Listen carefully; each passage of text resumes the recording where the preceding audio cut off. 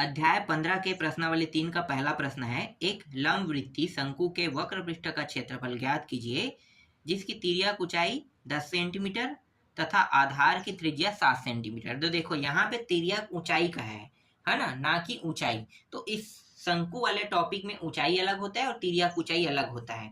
ठीक है, याद रखना, ऊंचाई अलग होता है और तिर्यक ऊंचाई अलग होता है। चलो मैं आपको चित्र से समझाता हूँ। ठीक है, ऊंचाई क्या है और तिर्यक ऊंचाई क्या है।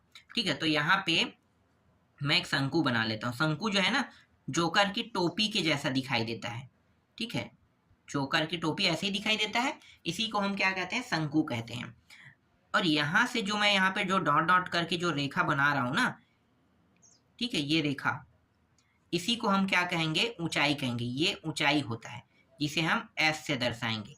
ठीक है, और तिर्यक ऊंचाई क्या होता है, तिर्यक ऊंचाई ना, ये वाला रेखा और ये वाला रेखा दोनों तिर्यक ऊंचाई है। जब भी हम हल करेंगे तो इनमें से किसी एक को ही लेंगे। ठीक है, दोनों को कभी नहीं लिया जाता है। तो दोनों में से एक साइड को लेते हैं, तो इस साइड को मैं ले लेता हूँ, ये एल नाम दे देता हूँ। ठीक है, इसे हम क्या कहते हैं, तिर्यक ऊंचाई, या फिर हम इसे लंबाई भी कहते हैं। लंबाई कहेगा तो भी यही आपको समझना है, एल। ठीक है, और तिर्यक ऊंचाई कहेगा तो भी आपको यही समझना है। और अगर ऊंचाई कहता है, प्रश्न में स्पष्टली ऊंचाई बस बोलता है, तो आपको यही जो बीचों बीच जो रेखा है ना, इसी को आपको समझना है। और त्रिज्या तो यही होगा, है ना, त्रिज्या तो बदलेगा नहीं। तो त्रिज्या को हम किससे दर्शाते हैं, आर से। तो इस प्रश्न में आर का जो मान है वो 7 सेंटीमीटर दिया हुआ है। एल का जो मान है इस प्रश्न में तिर्यक ऊंचाई के रूप में दिया हुआ है, जिसे हम कितना रखेंगे, 10 सेंटीमीटर। ठीक है, चलो हल करते हैं। तो यहाँ पे लिखो, शंकु की तिर्यक, शंकु की तिर्यक ऊंचाई, जिसे हम एल से दर्शाते हैं। एल बराबर कितना दिया इस प्रश्न में, 10 सेंटीमीटर दिया हुआ है। ठीक है, इसके बाद इस प्रश्न में आधार की त्रिज्या दिया हुआ है ना। तो आधार की त्रिज्या जिसे हम आर से दर्शाते हैं, और आर का मान कितना है, 7 सेंटीमीटर दिया हुआ है। और इस प्रश्न में निकालने के लिए क्या कहा है, शंकु के वक्र पृष्ठ का क्षेत्रफल निकालने के कहा है। और वक्र पृष्ठ का क्षेत्रफल का सूत्र क्या होता है, पाई आर एल।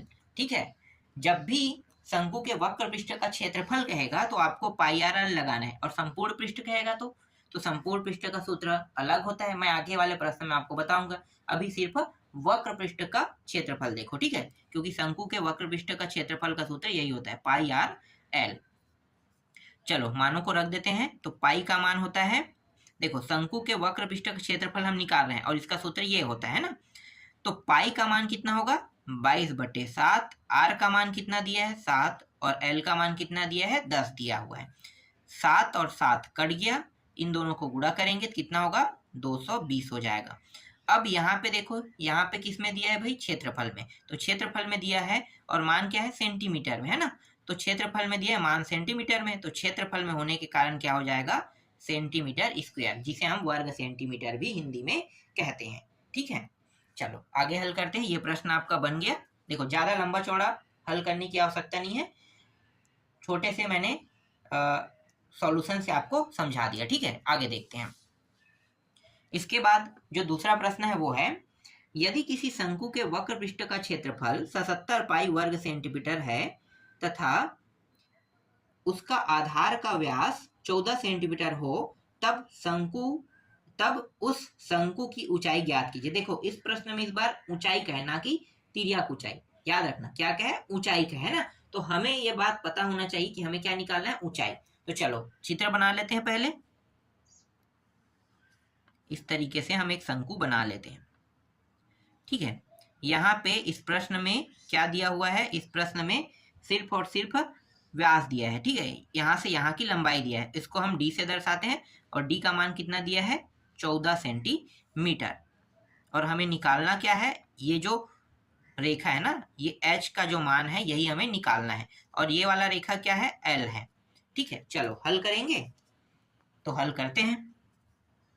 तो यहाँ पे लिखो, शंकु के वक्र पृष्ठ का क्षेत्रफल। देखो वक्र पृष्ठ का क्षेत्रफल का मान इस प्रश्न में दिया है, कितना दिया है, 77 पाई दिया हुआ है ना।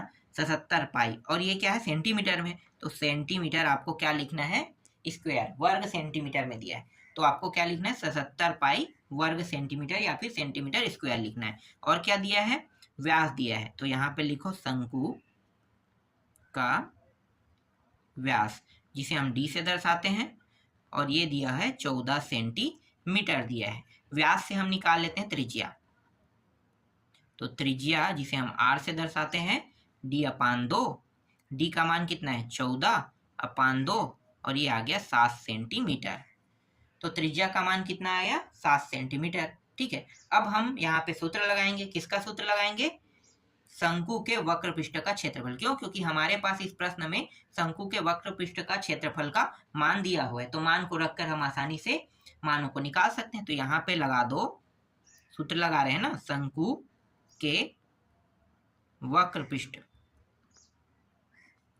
का क्षेत्रफल, सूत्र क्या होता है भाई, वक्र पृष्ठ क्षेत्रफल पाई आर एल, यही होता है, बिल्कुल पाई आर एल लगा देंगे। ठीक है, तो शंकु के वक्र पृष्ठ का क्षेत्रफल बराबर पाई आर एल, और ये जो शंकु के वक्र पृष्ठ क्षेत्रफल, इसका मान कितना दिया है 77 पाई दिया है, तो मैं यहाँ पे 77 पाई यहाँ पे लेफ्ट हैंड साइड में रख लूंगा, और यहाँ पे क्या है पाई है, फिर आर का मान कितना आया 7 आया, और एल का मान हमारे पास नहीं, तो हम क्या करेंगे एल के मान को निकालेंगे। ठीक है, अब ये जो दोनों मान हैं इनको हम इस साइड ले आते हैं, कहाँ पे, जहाँ पे 77 पाई है उस साइड, तो मैं यहाँ पे पहले 77 पाई लिख लेता हूँ। ठीक है, 77 पाई, और ये रहा पाई गुणित 7, ये ऊपर से नीचे क्यों आया, इसलिए आया क्योंकि ये गुणा के फॉर्म में है, किसके साथ, एल के साथ, तो जो भी मान गुणा के फॉर्म में रहता है वो मान दूसरे साइड में जाकर क्या करेगा, लेफ्ट, देखो राइट हैंड साइड से लेफ्ट हैंड साइड में है ना, तो लेफ्ट हैंड साइड में आया, तो दूसरे साइड से जब ये उसके अपोजिट साइड में जाता है तो वो नीचे में आ जाता है। ठीक है, कब आता है, जब ये गुणा के फॉर्म में होता है तभी, जोड़ने और घटाने के फॉर्म में ऐसा नहीं होता है। चलो आगे हल करो, तो देखो ये पाई और ये पाई कट गया, 7 एकम, ये कट गया 7 एकम 7 एकम, तो ये जो है ना 7 से 11 बार में कट गया, तो एल का मान कितना आया 11 आया। ठीक है, एल का मान कितना आया 11, तो इसे हम 11 सेंटीमीटर कहेंगे, तो एल का मान हमें प्राप्त हुआ 11 सेंटीमीटर प्राप्त हुआ। ठीक, अब इस मान को मैं यहाँ पे रख देता हूँ। अब देखो ध्यान से देखो, इस हिस्से को अगर मैं अलग करता हूँ तो आपको ये कैसा दिखाई दे रहा है। ठीक है, अगर मैं उस हिस्से को अलग करता हूँ तो देखो कुछ इस प्रकार से आपको दिखाई दे रहा है, तो ये तो आर था ना, आर का मान कितना है 7 निकाल लेते, तो 7 सेंटीमीटर, इसका जो मान है एल है ना, तो एल का जो मान था वो कितना था, इतना, और ये जो मान है इसे हम ऊंचाई कहेंगे, तो इसी का मान हमें क्या करना है, निकालना है। ठीक है, मैंने ये हिस्सा क्या कर दिया, इस शंकु से अलग कर दिया, तो हमारे पास आर और एल का मान है और एच का मान निकालना है, तो ये दिखाई कैसा दे रहा है, त्रिभुज के जैसा दिखाई दे रहा है। तो त्रिभुज में अगर किसी दो भुजा का मान पता हो तो तीसरी भुजा का मान कैसे निकालते हैं, पाइथागोरस प्रमेय से निकालते हैं। तो हम क्या करेंगे, यहाँ पे पाइथागोरस प्रमेय लगा देंगे, तो लगाओ यहाँ पे पाइथागोरस प्रमेय, गोरस प्रमेय से। ठीक है, पाइथागोरस प्रमेय लगा देते हैं, तो देखो ये भुजा जो है ये कर्ण है। ठीक है, कर्ण, जिसे हम क्या कहेंगे सबसे बड़ी भुजा, ये जो भुजा है ये क्या है, आधार है, और ये वाला भुजा जो क्या है ऊंचाई है, या फिर हम लंबाई से ऊंचाई कहेंगे। ठीक है, ये वाला भुजा क्या है, ऊंचाई है ना। तो चलो यहाँ पे कर्ण का वर्ग मतलब लंब एल का वर्ग, ये जो है ये क्या है आर का वर्ग, और ये क्या है एच का वर्ग, यही सूत्र लगेगा बिल्कुल। तो एल के वर्ग मतलब एल का मान कितना है 11, तो 11 का वर्ग, आर का वर्ग मतलब 7 का वर्ग। ठीक है, प्लस एच, एच का मान निकालना है तो हम इसे एच का वर्ग लिखेंगे इस तरीके से। 11 11 कितना होता है, 11 11 अगर गुणा करते हैं तो ये होता है 121 होता है ना, तो 121 हो गया, और ये हो जाएगा 7 का वर्ग मतलब 49, फिर एच का वर्ग, ये हो गया 121। इस 49 को इस पार ले आते हैं, राइट हैंड साइड से लेफ्ट हैंड साइड, तो इसके आगे में देखो क्या है, प्लस है, कुछ नहीं दिखाई दिया मतलब प्लस में है ये मान, तो प्लस में इस साइड आके क्या हो जाएगा, ये माइनस में हो जाएगा। इसे हम क्या कहते हैं, पक्षांतर नियम कहते हैं। ठीक है, पक्षांतर नियम मैंने बताया था ना, गुणा के गुणा में अगर होता है कोई मान तो दूसरे साइड में ले जाते हैं तो वो नीचे में चला जाता है, अगर वो जोड़ना है घटाने में हो तो दूसरे साइड में ले जाते हैं तो वो क्या होता है, उसके जस्ट अपोजिट चिन्ह का उपयोग होता है। जैसे यहाँ पे कुछ नहीं मतलब प्लस था तो इस साइड आके क्या हो गया, माइनस हो जाएगा, और फिर यहाँ पे h का वर्ग अकेला बचेगा। घटा दो तो 121 में 49 को जब मैं घटाऊंगा तो कितना आएगा, ये आ जाएगा 9 2 आ गया, और ये 7 72 आ जाएगा। ठीक है, और यहाँ पे h का वर्ग। ठीक, अब यहाँ पे h से जब मैं वर्ग हटाऊंगा, ठीक है, h से वर्ग जब मैं हटाऊंगा तो 72 के ऊपर क्या लग जाएगा, करनी लग जाएगा, है ना, अंडर रूट 72 के ऊपर लग जाएगा इस तरीके से। ठीक, अब 72 को मैं और कैसे लिख सकता हूँ, देखो हमें क्या करना है, गुणनखंड करना है। तो पहले मैं 2 से करूंगा तो 2 तिया और 2 छक्के 12, ठीक है, फिर 2 के पहाड़ा से 2 एकम और 2 अट्ठे। ठीक है, मैं क्या कर रहा हूँ, भाग दे रहा हूँ। ठीक है, क्या कर रहा हूँ, भाग, तो 2 निया, फिर 3 से करो, 3 एकम 3 तिया। तो ये देखो पहले ये 2 से भाग गया, 2 से भाग गया, 2 से, अब 2 से 9 नहीं जा सकता, 3 से कर दिया, फिर 3 से, इसे हम गुणनखंड विधि कहते हैं। ये कक्षा 8वीं के बुक में दिया हुआ है गुणनखंड। ठीक है, मैंने कक्षा 8वीं के विद्यार्थियों को भी पढ़ाया है, तो उसमें ये गुणनखंड दिया है। आप लोग गुणनखंड के टॉपिक को देखकर अगर ये नहीं आता है तो आप लोग सीख सकते हो। ठीक है, चलो तो यहाँ पे देखो 2 का वर्ग, फिर 3 का वर्ग, ठीक है, और एक 2 दिया है, तो मैं कैसे लिख लूंगा इसे, एक तो 2 का वर्ग लिखूंगा क्योंकि ये 2 का वर्ग है, फिर यहाँ पे फिर 2 अलग लिखूंगा, फिर 3 का वर्ग लिखूंगा, और फिर यहाँ पे करनी इस तरीके से लगा के h को लिख दूंगा। ठीक है, देखो जो वर्ग बना रहा है वो करनी से बाहर आ जाएगा। ठीक है, तो वर्ग बना रहा है तो करनी से बाहर किस तरीके से आएगा, अपने वर्ग के साथ तो नहीं आएगा, इसके साथ आएगा, अकेला आएगा ना, तो 2 यहाँ पे बाहर आ गया, यहाँ से 3 बाहर आ गया, जबकि ये जो 2 है ये क्या रहेगा, करनी के अंदर ही रहेगा क्योंकि ये वर्ग नहीं बना रहा है। और ये h 2 तिया कितना हो गया, 6, और ये करनी 2, और यहाँ पे इसे सेंटीमीटर, और ये h, तो h का मान हमें कितना प्राप्त हुआ, 6 करनी 2 सेंटीमीटर हमें क्या प्राप्त हुआ, ऊंचाई प्राप्त हुआ। ठीक है, इस प्रश्न का उत्तर है। तो इस तरीके से दूसरा प्रश्न भी कंप्लीट हुआ। चलो तीसरा प्रश्न देखते हैं। देखो तीसरा प्रश्न क्या है, तीसरा प्रश्न है यदि शंकु की तिर्यक ऊंचाई, देखो तिर्यक ऊंचाई का है ना, मतलब क्या है, एल का मान है 21 सेंटीमीटर तथा आधार का व्यास 14 सेंटीमीटर हो तो उसके संपूर्ण पृष्ठ का क्षेत्रफल ज्ञात कीजिए। इस बार क्या ज्ञात करना है, वक्र पृष्ठ नहीं, संपूर्ण पृष्ठ का क्षेत्रफल निकालना है। तो चलो मैं पहले क्या बना लेता हूँ, एक शंकु बना लेता हूँ। शंकु की आकृति कुछ इस प्रकार से होता है। ठीक है, ये जो बीच से रेखा जा रहा है ये है हमारा ऊंचाई, जिसे हम ऐसे दर्शाते हैं, और इस प्रश्न में दिया हुआ है डी का मान, व्यास। ठीक है, तो डी का मान दिया हुआ है, डी का मान कितना है, 14 सेंटीमीटर, और तिर्यक ऊंचाई भी दिया है, कितना दिया हुआ है, 21 सेंटीमीटर दिया हुआ है। ठीक है, जो जो दिया है उसको यहाँ पे लिख लेते हैं। तो यहाँ पे लिखो शंकु की तिर्यक ऊंचाई, शंकु की तिर्यक ऊंचाई जिसे हम किससे दर्शाते हैं, एल से दर्शाते हैं। एल का मान कितना है, 21 सेंटीमीटर दिया हुआ है। फिर शंकु का व्यास, तो शंकु का व्यास जिसे हम डी से दर्शाते हैं ये दिया हुआ है 14 सेंटीमीटर। अब हम इस व्यास से क्या निकाल लेते हैं, त्रिज्या, त्रिज्या को हम आर से दर्शाते हैं, और ये जो व्यास है ना d/2, तो ये जो व्यास है इसके मान को अब हम यहाँ पे रख देते हैं। ठीक है, तो व्यास का मान है 14 और ये 2, तो यहाँ पे आ गया 7 सेंटीमीटर आ गया आर का मान। ठीक है, आर का जो मान होता है वो व्यास का क्या होता है, आधा होता है। ठीक है, तो व्यास का आधा क्या होगा, त्रिज्या होगा। अब यहाँ पे मैं सूत्र लगाऊंगा, सूत्र कौन सा लगाऊंगा, वक्र पृष्ठ का संपूर्ण का, संपूर्ण का ना, क्योंकि इस प्रश्न में संपूर्ण पृष्ठ का क्षेत्रफल निकालने के लिखा है। तो लिखो शंकु के संपूर्ण पृष्ठ का क्षेत्रफल। ठीक है, संपूर्ण पृष्ठ का क्षेत्रफल, इसका सूत्र क्या होता है, तो ये होता है पाई, एक मिनट, पाई आर फिर आर प्लस एल, यही होता है। ठीक है, पाई आर, उसके बाद कोष्टक के अंदर लिखना है आर प्लस एल लिखना है, तो ये संपूर्ण पृष्ठ का क्षेत्रफल का सूत्र है। तो चलो रखते हैं यहाँ पे मानों को। तो पाई का मान होता है 22/7, आर का मान 7, फिर यहाँ पे कोष्टक के अंदर दिया है ना, तो 7 प्लस एल का मान कितना है 21 दिया हुआ है। 1 मिनट, एल ही क्यों लिख रहा हूँ, 21 लिखना है मुझे, तो इसको भी एल लिख रहा था मैं, ठीक है। तो ये 7 प्लस क्या है 21 होगा। देखो ये 7 और ये 7 क्या हो गया, कट गया। फिर यहाँ पे 22 कोष्टक के अंदर देखो 7 और 21 है, जुड़ जाएगा, ठीक है। जुड़ने के बाद कितना हो जाएगा, ये हो जाएगा 28 हो जाएगा।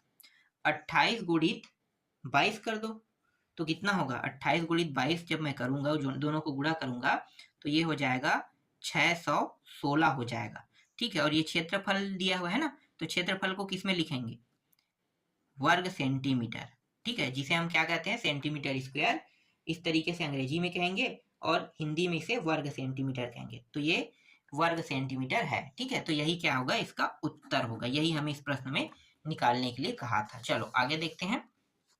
इसके बाद चौथा प्रश्न, चौथा प्रश्न क्या कह रहा है भाई, चौथा प्रश्न कह रहा है कि यदि एक जोकर की शंक्वाकार टोपी के आधार की त्रिज्या 7 सेंटीमीटर तथा ऊंचाई 24 सेंटीमीटर हो तो ऐसी 10 टोपी बनाने के लिए लगने वाले सीट का क्षेत्रफल ज्ञात कीजिए कह रहा है, ठीक है। चलो हल करते हैं। तो पहले मैं एक शंकु बना लेता हूँ, ठीक है। मैं अपने हर प्रश्न में देखो आकृति बना रहा हूँ।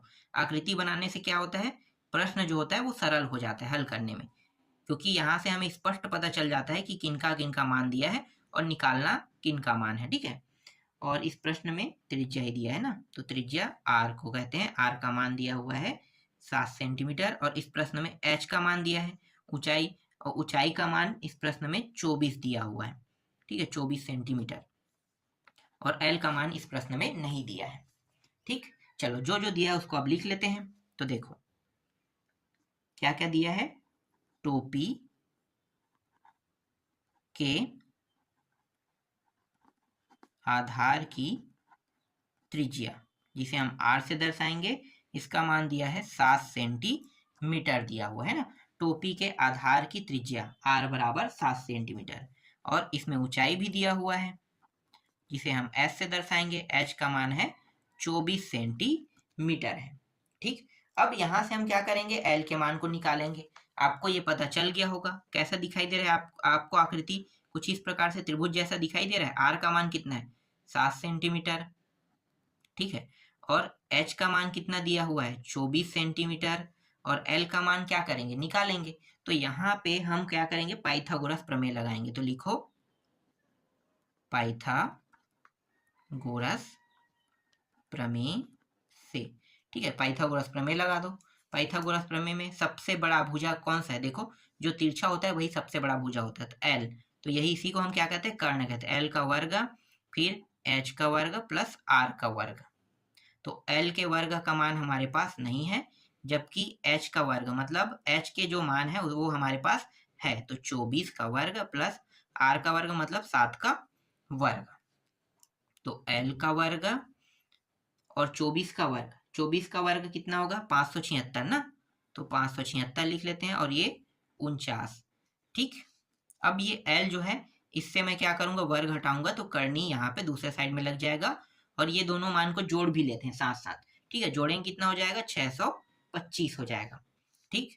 तो यहाँ पे ये जो 625 है ये कितने का वर्ग होता है, 25 का वर्ग होता है, बिल्कुल 25 का वर्ग होता है। तो 25 के वर्ग इस तरीके से कर देंगे। अगर आपको ये चीज पता नहीं चल रहा है ना, तो आपको क्या करना है, यहाँ पे तिरिया गुणा कह रहा हूँ, गुणनखंड का आपको उपयोग कर लेना है। देखो 6 2 5, ठीक है, इस तरीके से। तो देखो ये 5 से जा रहा है, 2 से नहीं जा रहा है, ठीक है, ये 3 से भी नहीं जा रहा है, 4 से नहीं जा रहा है, 5 से जा रहा है। तो ये जितने छोटे से हो सके उससे पहले करना है, ठीक है। उसके बाद अगर वो नहीं जाता है तो आपको बड़े बड़े संख्या लेना है। तो 3 4 से तो नहीं जा रहा था, डायरेक्ट 5 से जा रहा है, तो मैं क्या करूंगा 5 से करूँ, 5 एकम, एक बार एक शेष बचा, वो एक यहाँ पे आ गया, तो 1 और 2 12 बन गया, 5 दूनी 10, फिर 2 और 5 बचा, 5 पंचे 25, फिर 5 से करेंगे तो 5 दूनी 10, 2 और 5, 5 पंचे, फिर 5 से करो, 5 पंचे। अब ये सिर्फ 5 बस से जाएगा ना, 5 एकम। तो देखो ये आया कैसे, 1 2 3 4, तो 5 का वर्ग गुणित 5 का वर्ग, 2 बार ऐसा लिख सकता हूँ। बिल्कुल, ये मैं आपको बता रहा हूँ ना कि मैंने 25 का वर्ग कैसे लिया। ठीक, तो इस तरह से 5 का वर्ग 5 का वर्ग। तो देखो यहाँ से एक 5 बाहर निकल गया और यहाँ से भी एक 5 बाहर निकल गया, इस प्रकार से, है ना। तो एक सेकंड यहाँ पे मैं गलत कर रहा था, अभी मैं निकालूंगा क्यों। ठीक है, पहले मैं आपको बता रहा हूँ। ठीक है, 25 कैसे आया। तो अब ये जो दोनों मान है ध्यान देना, ये 5 का वर्ग 5 का वर्ग है ना। तो ये जो है ये क्या हो जाएगा, 25 हो जाएगा और इसका वर्ग। ठीक है, 25 का वर्ग। या फिर आप ऐसा नहीं करना चाहते तो सिंपल ट्रिक है, बस आपको करना क्या है, यहाँ से एक 5 बाहर निकाल दो, ये रहा, और यहाँ से एक 5 बाहर निकाल दो, दोनों से 5 5 बाहर निकाल के क्या हो जाएगा, 25 हो जाएगा। तो एल का मान कितना आया, देखो 25 आया। और यहाँ भी वैसा ही होता, 25 का वर्ग मतलब 25 बाहर आ जाता, तो एल का मान डायरेक्ट 25 होता। तो कुछ वो इस प्रकार से हुआ है, समझो। ठीक है, तो एल का मान यहाँ पे 25 आ गया। अब मैं क्या करूंगा, यहाँ पे मैं संपूर्ण पृष्ठ का क्षेत्रफल लगाऊंगा कि वक्र पृष्ठ का क्षेत्रफल लगाऊंगा, ये बताओ अब मुझे। आपको कुछ याद आ रहा है, नहीं याद आ रहा है तो मैं बता देता हूँ कि यहाँ पे हम वक्र पृष्ठ का क्षेत्रफल लगाएंगे। क्यों, क्योंकि जोकर की टोपी के अंदर हिस्से में हम पेंट नहीं कर रहे हैं, समझो ना, या हम कपड़ा नहीं लगा रहे हैं। हम लगाते कहाँ पे, बाहर पे, क्योंकि हमें उसे बाहर को दिखाना होता है, ना कि अंदर को। तो अंदर क्या होता है, अंदर एक सफेद सफेद सा रहता है, अंदर में ज्यादा कुछ नहीं करते। जबकि जो भी कपड़ा लगाना होता है, ठीक है, जो भी पेंट करना होता है, ये समझा रहा हूँ ना मैं आपको। ठीक है, जो भी करना होता है वो किस पे करते हैं, बाहर पे। तो बाहर क्या होता है, वक्र पृष्ठ होता है। और अगर हम अंदर को भी लेते हैं तो अब संपूर्ण होता। ठीक है, अंदर को नहीं ले रहे हैं, कहाँ पे ले रहे हैं, बाहर को। तो बाहर को ले रहे हैं, इसलिए उसे वक्र पृष्ठ के क्षेत्रफल को लगाकर इसे हल करेंगे। तो यहाँ पे लिखो, ठीक है, एक टोपी के लिए लगने वाला कपड़ा, यहाँ पे मैं लिख लेता हूं, एक टोपी के लिए लगने वाला कपड़ा। सूत्र क्या रहेगा, वक्र पृष्ठ क्षेत्रफल है ना, यही तो पाई आर एल। ठीक है, पाई आर एल इसी का उपयोग करेंगे। तो पाई का मान कितना होता है, 22/7, आर का मान 7 और एल का मान 25। 7 और 7 कट गया, बचा कितना, 22 गुणित 25। 22 गुणित 25 करेंगे तो कितना आ जाएगा, ये आ जाएगा 5 दूनी 10 शून्य और 5, ये हो जाएगा 22 और यहाँ पे 55 आ जाएगा। ठीक है, तो ये हो जाएगा 550, क्या हो जाएगा, सेंटीमीटर स्क्वायर, वर्ग सेंटीमीटर होगा। ठीक है, अभी भी पूरा हल नहीं हुआ है। ठीक है, यहाँ तक तो निकल गया। ठीक है, अब क्या करने वाले हैं, अब ना यहाँ पे इस प्रश्न में कहा है कि 10 टोपी बनाने के लिए लगने वाले सीट का क्षेत्रफल ज्ञात कीजिए कह रहे हैं। ठीक है, तो सीट का क्षेत्रफल ज्ञात कर लेते हैं। तो ये तो एक का है ना, एक टोपी के लिए लगने वाला ये कपड़ा है, तो 10 टोपी के लिए, तो यहाँ पे हम क्या करेंगे, इसको गुणा कर देंगे। तो लिखो 10 टोपियों में लगने वाला कपड़ा, जो सीट कह रहे हैं वही क्या होता है, कपड़ा होता है ना, कपड़ा। तो यहाँ पे क्या करूंगा, 10 गुणित ये जो एक टोपी का मान आया है उसको गुणा कर दूंगा इस तरीके से। तो ये हो जाएगा 5500। ठीक है, इतना होगा। ठीक है, 5500 वर्ग सेंटीमीटर। ठीक है, इतना कपड़ा लगेगा। तो इस तरीके से मैंने आपको 1 से लेके 4 तक के प्रश्नों को उत्तर दे दिया है। बाकी जो बचा है उनके प्रश्नों का उत्तर आपको नेक्स्ट वीडियो में जल्द ही दे दूंगा।